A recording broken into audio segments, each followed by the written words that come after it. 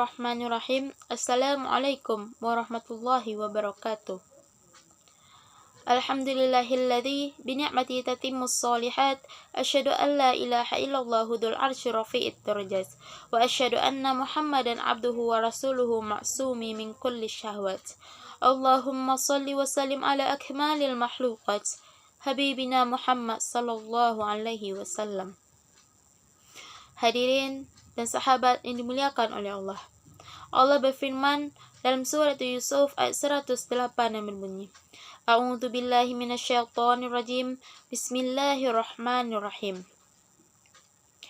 Qul hadhihi sabili ad'u ila Allahi ala basiratin ana wa man ittaba'ani wa subhanallahi wa ma ana minal musyrikin. Yang artinya, katakanlah, ini adalah jalan agamaku dan orang-orang yang mengikutiku yang mengajak kepada Allah dengan hujjah yang nyata.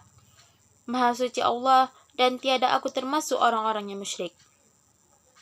Dan Allah juga berfirman dalam surah Al-Imran ayat 110 yang berbunyi, Kuntum khaira ummatin ukhrijat lin-nasi ta'muruna bil ma'rufi wa tanhauna 'anil munkari wa tu'minuna billah.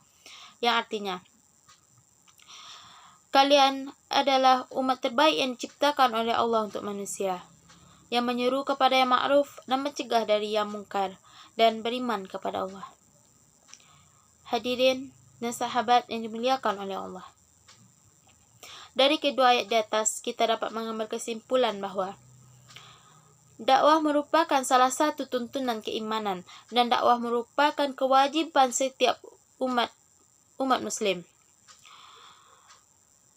Jadi, dakwah bukan hanya saja diwajibkan bagi para pemuka agama, seperti ulama, kiai, dan sebagainya. Melainkan dakwah diwajibkan bagi kita setiap umat muslim.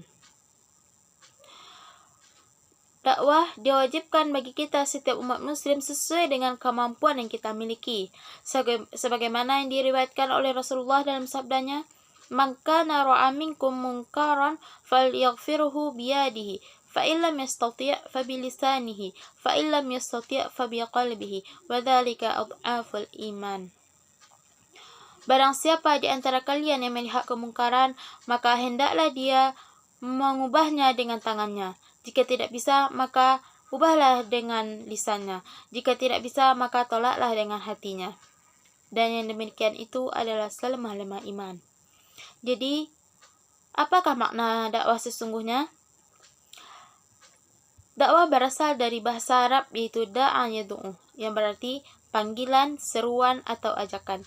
Sedangkan menurut istilah dakwah yaitu setiap seruan atau ajakan yang mengacu kepada taat kepada Allah sesuai dengan syariat, akidah, dan akhlak Islami yang telah ditetapkan oleh Allah. Adapun dalam menyampaikan dakwah, kita bisa menyampaikan dakwah dalam beberapa bentuk. Yang pertama, menyampaikan dakwah bil lisan, atau biasa kita sebut dengan dakwah, menyampaikan dakwah dengan lisan. Di zaman seperti sekarang ini, bentuk metode penyampaian dakwah ini merupakan salah satu metode yang sangat efektif bagi kita, terutama kaum milenial. Kita dapat memanfaatkan kemajuan dan kecanggihan teknologi untuk berdakwah, baik dengan membuat konten-konten yang berisikan ilmu pengetahuan Islam, mengajak kepada kebaikan, dan membuat komunitas sharing Islami yang tentunya mengingatkan kepada kebaikan. Yang kedua, yaitu dakwah bil qalam, atau yang biasa kita sebut dakwah dengan tulisan. Dakwah ini yaitu dakwah berupa karya tulis, seperti buku Islami, majalah Islami, atau blog, artikel, hingga status di media sosial yang mengajak kepada kebaikan, ketaatan kepada Allah. Jadi, hadirin dan sahabat yang dimuliakan oleh Allah, dakwah merupakan salah satu bentuk jihad kita kepada Allah. Dan dalam berjihad, tentu kita harus menghadapi berbagai rintangan, hambatan dalam memperjuangkannya.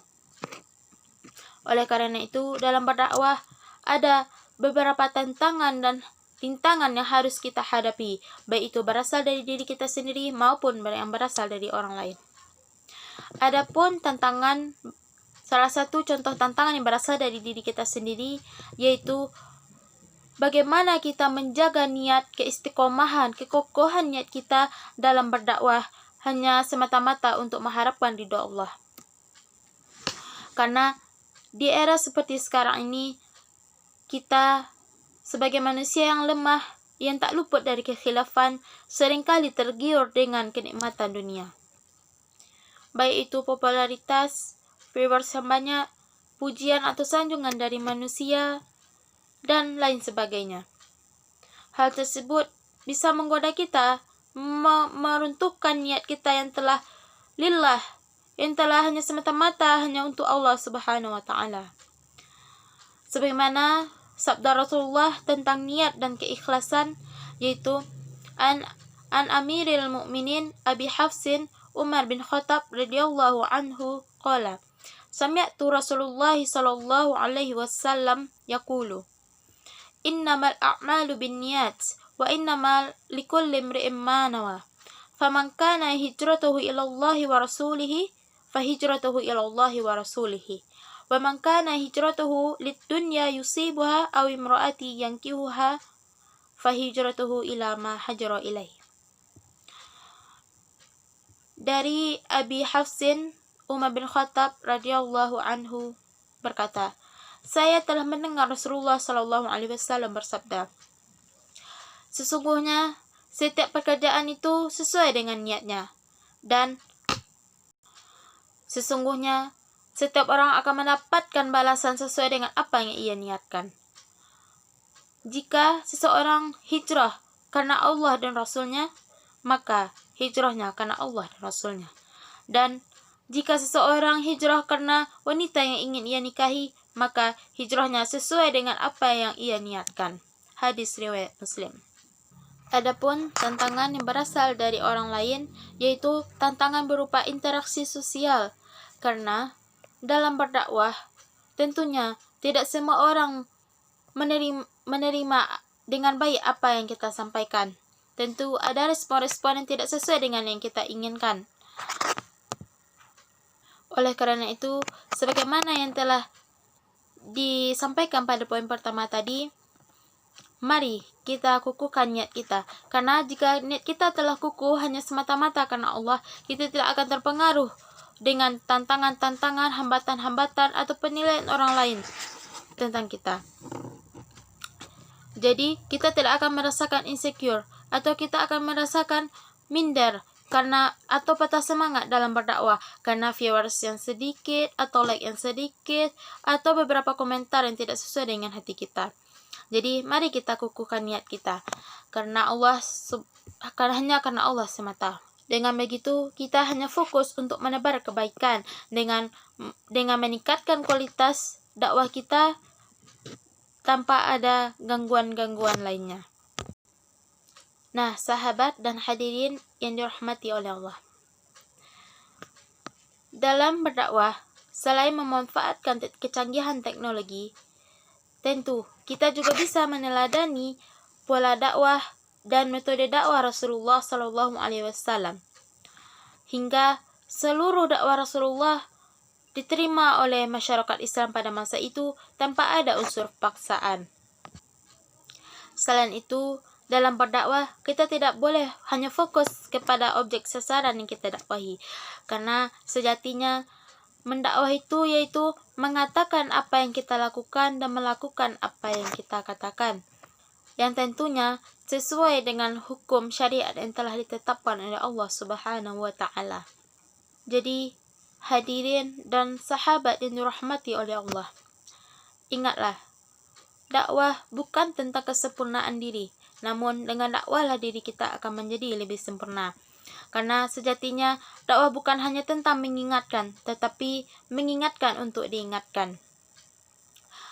Dengan berdakwah, kita mengingatkan orang lain kepada kebaikan, mengajak orang lain kepada kebaikan tanpa kita sadari. Diri kita pun juga kita tuntun dan kita arahkan kepada kebaikan. Jadi, mari kita berdakwah dan luruskan niat kita. Akhir kalam, mari kita tutup dengan doa kafaratul majelis. Subhanakallahumma rabbana wa bihamdika asyhadu an la ilaha illa anta astaghfiruka wa atubu ilaik. Syukran lakum, afan ala likulli akhta'i. Assalamualaikum warahmatullahi wabarakatuh.